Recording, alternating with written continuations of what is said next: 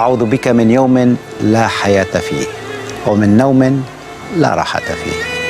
اللهم إني أعوذ بك من يوم صباحه كمسائه وليله كنهاره. أعوذ بك من الحزن بعد الفرح والانقطاع بعد التعود. اللهم إني أعوذ بك من شر الآخرين وحقدهم وحسدهم وكيدهم ومن ظلم من لا ذنب له. وأعوذ بك من ذلة السؤال وتقلب الأحوال. اللهم إني أعوذ بك من وفاة الروح قبل وفاة الجسد. يا مساء الخير على احلى متابعين في الدنيا. وحشتوني كتير من الفيديو اللي فات للفيديو ده. يا رب تكونوا كلكم بخير وفي احسن صحة واحسن حال يا رب، اللهم امين. وقبل اي حاجة حابة اقول لكم عيد سعيد عليكم جميعا، ويا رب يكون عيد داخل عليكم بالبهجة والسرور ويمحي اي حزن من قلب اي حد يا رب، اللهم امين. بتمنى لكم كل خير وبتمنى لكم كل سعادة، ومش عارفين انا بحبكم قد ايه، بس انا بحبكم جدا، وحقيقي كومنتاتكم بتدخل قلبي وبتفرحني. ندخل بقى على الفيديو وعلى المهم بتاعنا. النهارده عامله لكم فيديو روتين تنظيف عميق للصاله. زي ما انتم عارفين لازم نستقبل بقى العيد بتاعنا، الصاله بتاعتنا تبقى منوره كده وبتبرق من النظافه. فانا كنت غاسله حاجات قبل رمضان علشان ما تاخدش مني وقت، يعني كنت غاسله السجاجيد وكنت غاسله الستاير وكنت غاسله كل حاجه ممكن تتخيلوها في الصاله، حتى الانتريه نفسه كنت غاسلاه، النيش كله كنت منزلاه ومنضفاه. فكل ده كنت عاملاه قبل رمضان. يا دوبك قبل العيد باسبوع بقوم مسحه الصاله مسحه خفيفه وفرشه بقى كل حاجه عندي طبعا نظيفه ومتعطره وهي متشاله، فبيسهل عليا كتير. وطبعا اهم حاجه ما نضيعش وقت رمضان، يعني اللحظه في رمضان بتفرق جدا. يعني هو شهر في السنه ما ينفعش نضيعه في تنظيف ولا في ترويق ولا تنفيض ولا الكلام ده. ف يعني لازم المسلم يغتنم الفرصه. فربنا يا رب يتقبل مننا جميعا صلاتنا وصيامنا وكل حاجة عملناها في الشهر الكريم ده.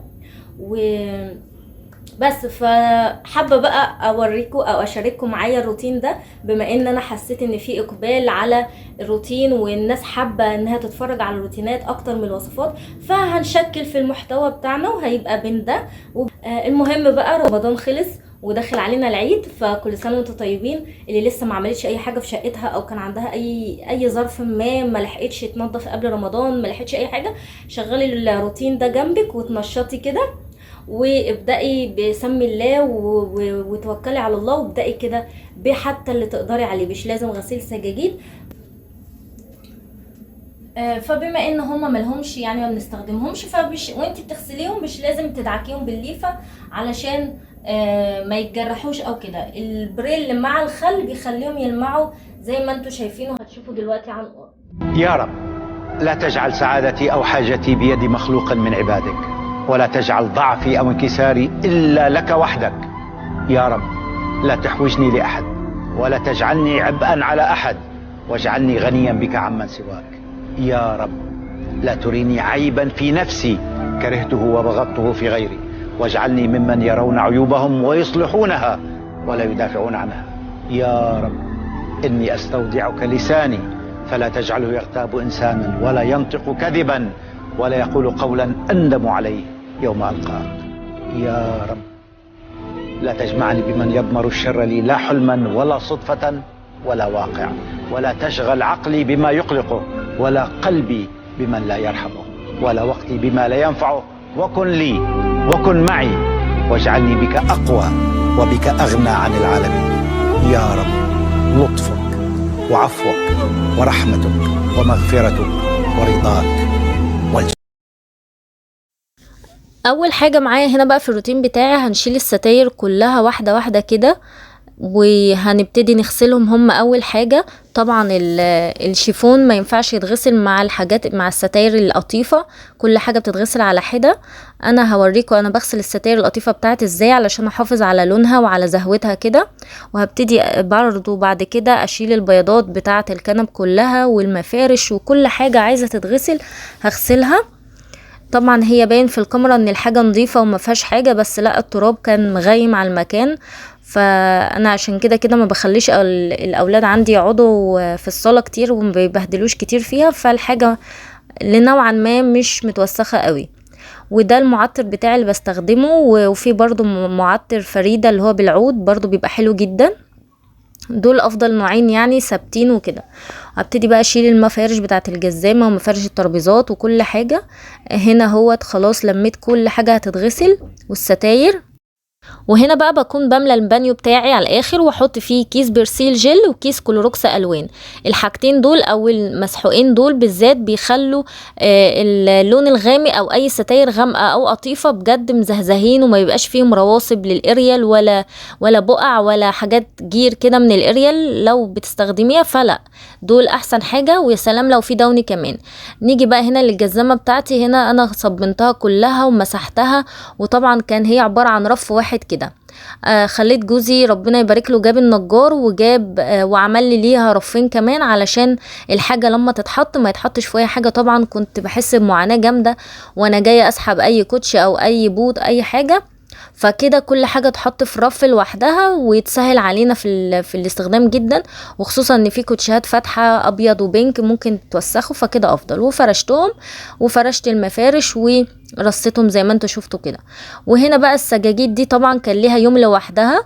انا استحاله اعمل كل ده في يوم واحد، صحتي الصراحه ما تساعدنيش. انا طبعا الفيديو ده هو عباره عن 10 دقايق، لكن متصور في اسبوع واكتر كمان، يعني عشان انا صحتي على قد شويه. فغسلت اليوم بتاع السجاجيد ده طبعا كان يوم لوحده. وتكوني اهم حاجه وانتي بتغسلي السجاجيد، معلومه يعني اللي لسه ما يعرفهاش، ما تغسليش باي اريال، هو برسيل جل وكلوروكس الوان بيدي ريحه حلوه قوي. ندخل بقى على البلكونه. خلاص غسلت السجاجيد ونشرتهم في يوم ونشفوا وشلتهم على جنب. ندخل بقى على البلكونه اول حاجه. لان هي اللي عندي من الشقه من بره، طبعا الحيطان كانت متبقعه من الولاد من اللعب فيها وكده، بيلعبوا يعني في البلكونه. وابتديت بقى اصبنها الاول. اول حاجه حطيتها في المسحوق بتاع ان انا بصبن بيه الحيطان بريل وكلوروكس الوان. شايفين الحيطه بقى رجعت جديده ازاي؟ يعني ما شاء الله كانها لسه مدهونه حالا. اهم حاجه تنزلي التراب الاول، بعد كده تمسحي كويس. ودخلت بقى على الصالة بتاعتي زي ما انتوا شايفين الكركبة، وانا مش عارفة ايه اللي حصل ده بديب بقى ولعب وايه ده، في حاجات كتير مش مكانها جت هنا، معرفش كل ده فهمته ثانية. والمكنسة وايه ده في ايه، وكمان الكوبايات بتاعت الاولاد والكريم بتاع البشرة. فكل ده هيتشال دلوقتي. هنروق الدنيا دي خالص خالص، علشان انا بحب امسح الصاله كده تكون فاضيه تماما. وطبعا الكنب ده كله هيتجر وهيتجاب وراه علشان التراب والحاجات دي. واهم حاجه ميه المسح بتاعتك علشان السيراميك بتاعك يلمع وما يبقاش فيه اي تجير. اوعي تحطي اريال او برسيل او الحاجات اللي هي المساحيق البودر دي.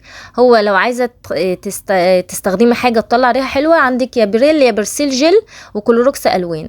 مسحت بقى انا عندي الصاله وجيت بقى للستاير. كويتها كويس جدا، علشان طبعا محدش بقى يقول انتي مقفره في كوي الستاير. لا، هي الستاير الشيفون لازم تتكوي، يعني لو هنتغاضى عن الستاير التقيله، لا الشيفون لازم تبقى مكويه واي كرمشه فيها كده تبقى مكويه بالمكوه. كويتهم وكويت كمان المفارش الستان، علشان عندي المفارش الستان الغيار ده يعني ما بيبقاش فيه خرز وكده، فبيبقى ساده، فلازم يبقى مكوي وشيك كده على الترابيزه. وكمان كويت الستاير القطيفه، كويت كل حاجه ممكن تتفرش في الصاله علشان كل حاجه تبقى منسقه ومنظمه كده. وهنا الستاير اهي، وخلاص الصاله كنت مسحتها ورجعت الكنب تاني مكانه. وبس كده. شايفين الحاجة وهي مغسولة ونظيفة ومكوية؟ لا حقيقي بتبقى باين عليها. والريحة كمان بقى يا سلام لو حاطة دوني في مية النقع بتاعة الستاير، حقيقي بجد هتدعيلي، يعني تمشي كده من جنب الستاير تشم ريحة النظافة.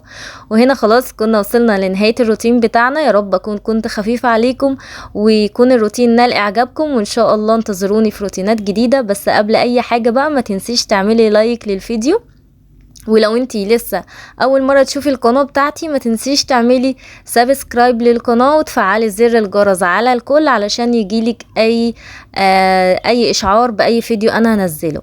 هنا بقى زي ما انتوا شايفين كده كنت خلاص روقت بقى كل حاجة. المفرش اللي تحت نسيت اكويه.